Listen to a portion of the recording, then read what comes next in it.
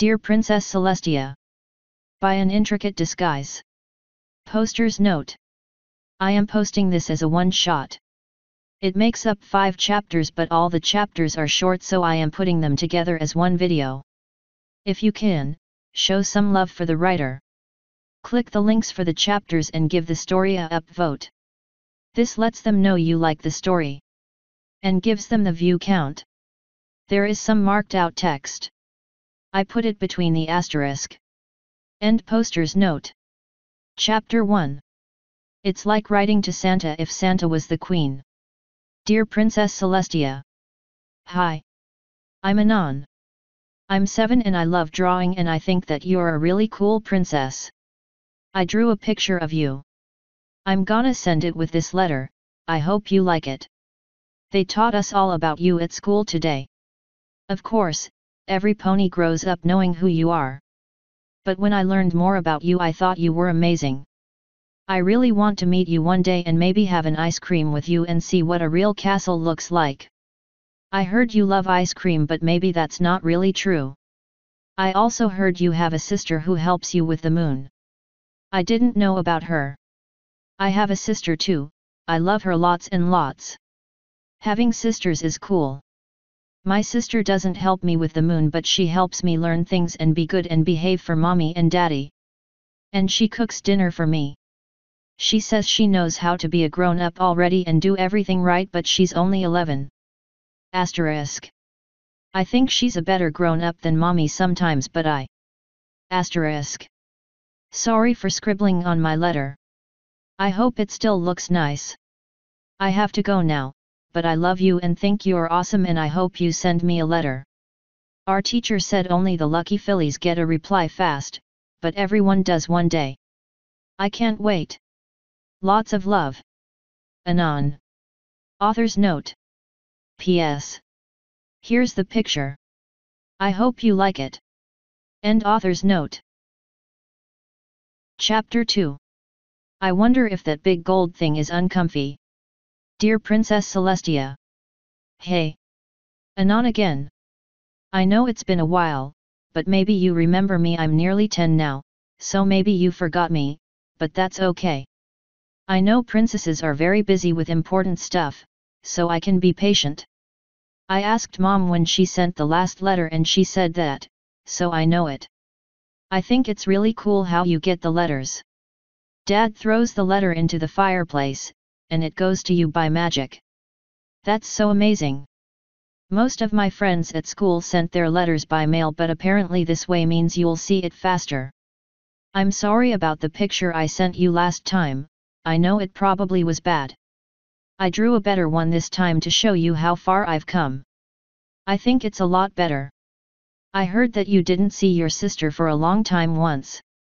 What was that like? I haven't seen my big sis in a few weeks and it's not very nice. She moved away to stay with her dad. She's only my half-sister. She didn't want to go, and she promised that she'd always be here for me, but she taught me everything before she left. I think she's still with me, really, even if I don't see her much. Now I do all of my own cooking and cleaning. I feel really mature. I even do all of the washing for Mom and Dad, too, and that means I can have a half hour of play before bed every day. I usually spend it drawing though. It's my favorite thing to do in the world. I'm doing well in school. I get good grades, and my teacher says I have a really high reading level, so I get given adult books to read. Sometimes I go to the library and check things out. My parents don't really care what I read. I read a story the other day about a pony that spent all of her time trapped in a tower waiting for a prince to rescue her. She would write notes to him and shoot them out of the window with her unicorn magic, hoping that one day someone would come and save her. Eventually, someone came. It had a happy ending. I wonder if all stories have happy endings. I hope so. I want to play with other fillies and colts, but I don't know how. Maybe you could teach me how. Growing up must have been pretty lonely for you when your sister wasn't around. I mean, I think you were still growing up because you're so old. Does that sound rude? I hope not. Sometimes it's hard to talk to other ponies when you feel really different to them. I don't know why I'm different either, or how, but not many ponies want to spend time around me for long. I always have these letters though. I've been trying to write this one for a long time but I keep screwing it up and throwing it away. I want to get it just right and not miss anything. I heard that you taught a filly how to be a princess once. That she became really powerful and then she became Princess Twilight Sparkle because you believed in her. She must have been really, really special. I don't think I'd be a very good princess. All I'm good at is drawing and cleaning. I want to go to Canterlot one day. I've heard about how it looks all old-fashioned and posh but Dad says we can't afford tickets. I think that's weird because him and Mom go places sometimes and leave me at home to look after myself, but they can't afford to take me with them. Maybe child tickets are expensive. I think one day I'll come to Canterlot and try to see you. I heard you come out during the summer sun celebration and raise the sun in front of every pony. I wanna see if you're really covered in lots of shiny gold, and if your mane really floats and shimmers all on its own. A colt in class said that it's all exaggerated, but I believe it. I want to believe that there's really something as magical as you in this world. I have to go. Mom wants me to do the dishes and clean out the shed again. Maybe if I'm good and I do all of my chores, you'll reply to me this year. I hope so. You're still my favorite pony in the whole wide world. I love you. Thank you for listening.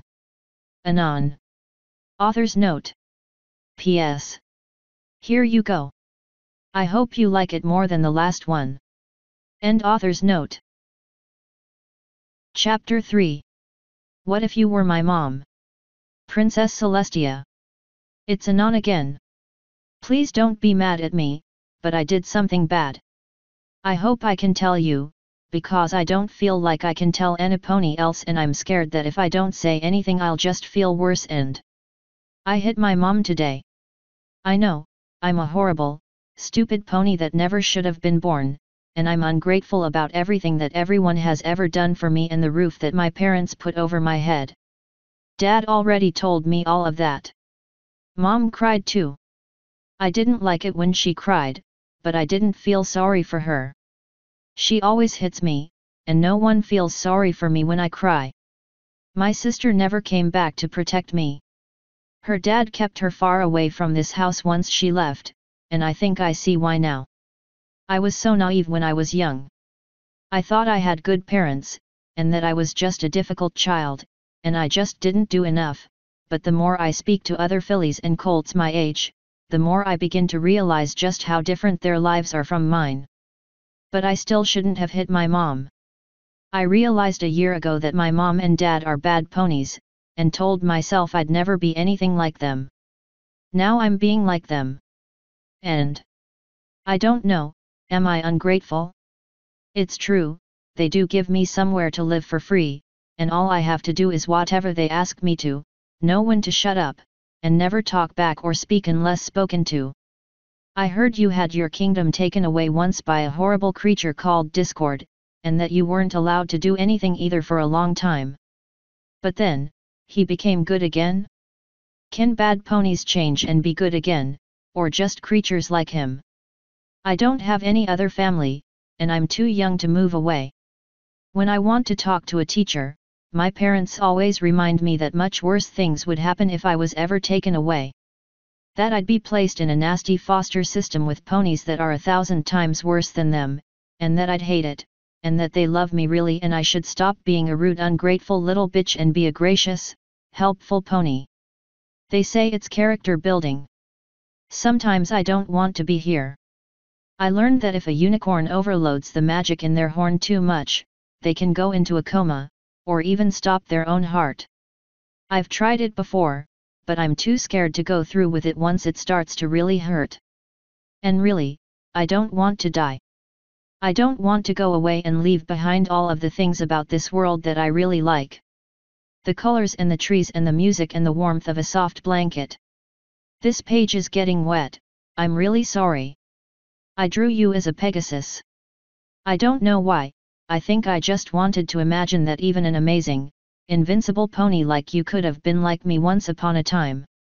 Could have been vulnerable and small.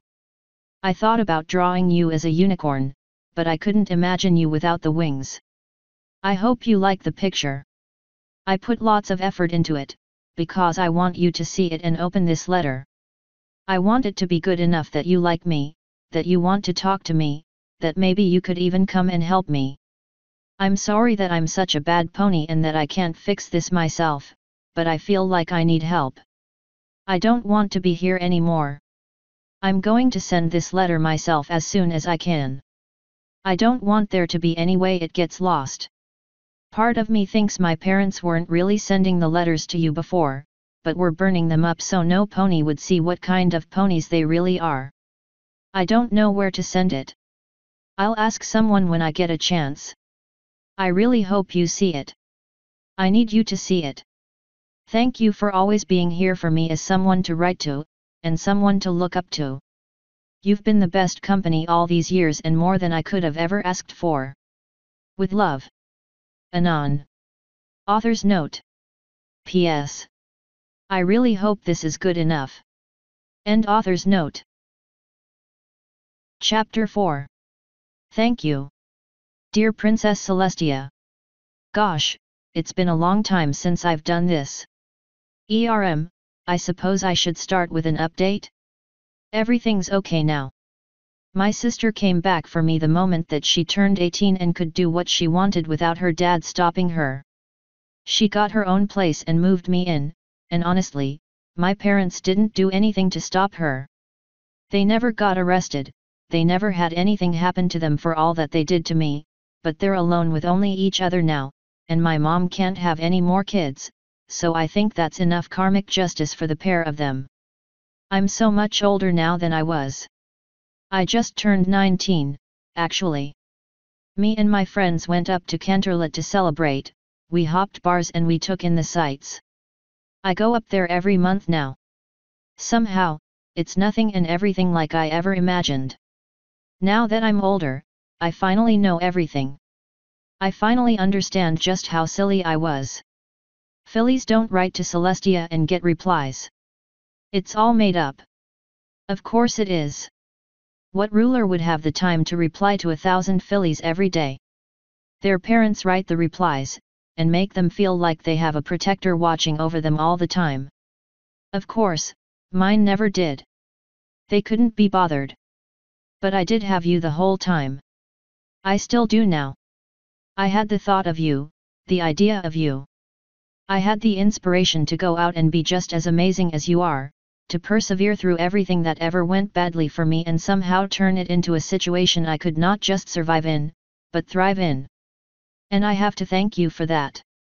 I have to thank you for being the wonderful, caring, and loving ruler that you are, for always being there to watch over your subjects for thousands of years, even if you can't be expected to do everything, if you can't be expected to be in a million places at once.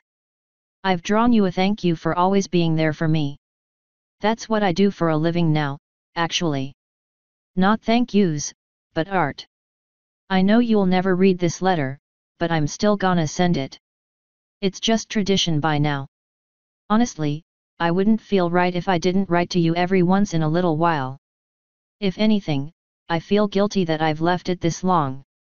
I suppose for a while, I didn't feel as if I needed the crutch once my sister came back. Maybe I got tired of getting nothing back, and I realized that all of this was futile. But it's not. There's purpose in the act itself. In the thought of sharing your deepest thoughts and concerns with someone you admire immensely. Maybe it is a fantasy, and maybe it was stupid to believe that you'd ever even see any of these, but it was all worthwhile. You helped me through my foalhood, your existence, your ideals, they helped to turn me into the pony I am today. You're the best mother I ever could have asked for. And that's why I have to thank you, have to keep writing to you. It's not fair on you that I ever stopped, and I'm going to make sure that I do so once a month now. Just a quick checkup, an idea of what's going on in my life. I won't bore you with long and unnecessary details, and I don't want to write for so long that I have nothing left to say, but I'm going to put in the effort. You put in so much effort every single day of every single year that it's only fair. I'm going to keep trying to be more like you. I'd never be able to be you, but I can always continue to learn. Asterisk, hell, asterisk, heck, maybe you're still learning. That's a humbling thought. Anyways, I think I've said everything that I need to, so I'm going to find a mailbox to put this in. I wonder what they do with the letters? I'll bet there's some mail clerk that knows way too much about my life right now. Hey? You're the best. You always have been, and I'm sure you always will be. I'm going to keep on doing this until I'm old and my magic can't hold a pen anymore. As always, I love you so much, and I hope that things over in Canterlot are treating you wonderfully. You deserve that. Forever your loving subject. Anon. Author's note. P.S. This took me a very long time. I won't just be sending it to you this time. Through trials you become stronger. Keep a brave face. There's a savior for all of us, and it's okay to need them sometimes. End author's note. Chapter 5. Aftermath. Celestia studied the third-page spread of a little-known Philadelphian tabloid for the 50th time that day. It'd been first noticed by a maid whose sister was a subscriber to the paper, and whispers of the controversial and outright astounding artwork had traveled through the castle until only 2 hours later, Celestia sat with a copy in her lap. The art could have meant a million different things, surely, but it had no accompaniment. No story to go along with it, no commentary, no artist biography, and the submitter was labeled as anonymous. To Celestia, it spoke of many things. Longing, pain, respect, a transitional period in a pony's life. It labeled the fact that any pony could go through these things, even one such as Celestia, but beneath the surface, Celestia felt there was more to the choice than simply reinforcing the piece's statement. This almost felt like an ode, an accompaniment to an emotion, a thought that the artist held deeply within themselves, one that was as nebulous and fascinating as anything Celestia could imagine. The artist either had a brilliant mind, a tortured past, or both, and Celestia was determined to find out which. It wasn't long before she turned to one of her guards, who had all been pensively waiting around her for her to show any real reaction to the piece she'd been staring at all this time. Eventually, her lips curled into a smile. "Please contact the head of the newspaper company. Tell them that I should like to meet the artist soon." A nod, and a guard headed away. Celestia kept her face straight, but inside, she was oddly nervous. Whoever this pony was, it almost felt as if they could see straight through her, what with how accurately they portrayed the emotions Celestia had been so familiar with before, down to each facet, every contour. The idea of meeting this pony was intimidating. This was assuming they even wanted to meet, but she had to try. She'd feel she'd missed a wonderful opportunity if she didn't. Later that night, Celestia penned a letter to Twilight Sparkle, speaking at length about her nerves regarding the matter, asking what she might do to quell them, and posing various questions about the concept of immortality and rulership to one of the only ponies that might be able to give her a fresh perspective. Of course, she never sent it. But the act of writing it out was more than enough. Author's note. This is a weird one. I dunno. Inspiration struck very suddenly. Maybe people like it, maybe not. Let me know your thoughts if you have any.